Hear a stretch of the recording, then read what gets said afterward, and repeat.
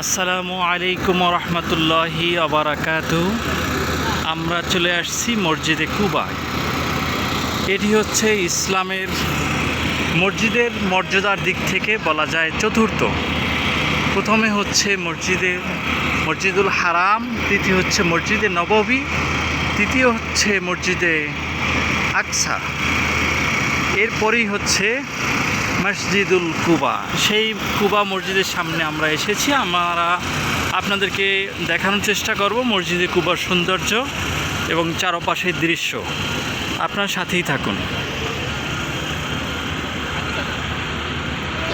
এটি হচ্ছে মসজিদের সামনের সাইড, পাশে খেজুর বাগান আছে।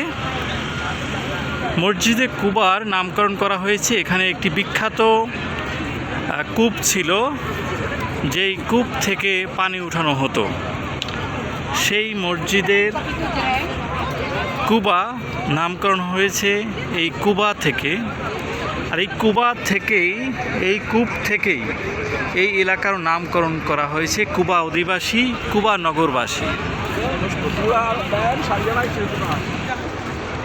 মসজিদে কুবা মদিনা শহর থেকে পশ্চিম দক্ষিণ কোণেই এই মসজিদে কুবা অবস্থিত। আপনারা এই যে জায়গাটা দেখতে পাচ্ছেন, এটি হচ্ছে মসজিদে কুবার অজুখানা, টয়লেট। এখানে অজুখানা এবং টয়লেট রয়েছে। আমরা ভিতর অংশে যাওয়ার চেষ্টা করব। মসজিদে প্রবেশের পূর্বে এখানে জুতা রাখার বক্স দেয়া আছে। জুতা বক্সে রেখে মসজিদে প্রবেশ করতে হবে।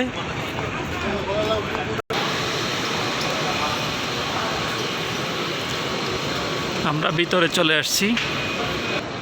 আমরা ভিতরের অংশে চলে আসছি, দেখানোর চেষ্টা করছি।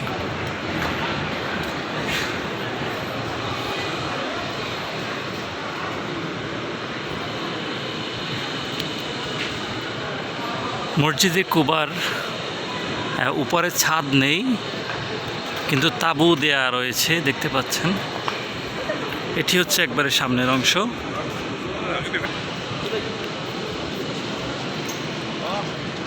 মসজিদে কুবার সামনে আমরা চলে আসছি, একবারে যেখানে ইমাম সাহেব দাঁড়িয়ে নামাজ পড়ান।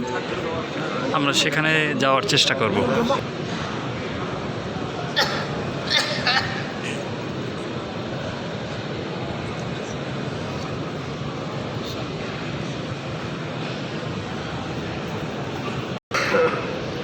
এটি হচ্ছে মসজিদে কুবার মিনার এবং ইমাম সাহেব দাঁড়িয়ে যেখানে খুতবা দেন সেই জায়গাটি।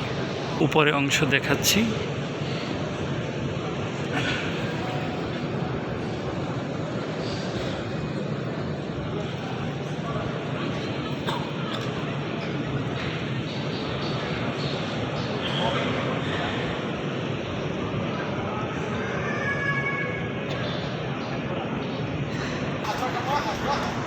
মসজিদে কুবার মহিলা এবং পুরুষদের আলাদা আলাদা নামাজের ব্যবস্থা আছে।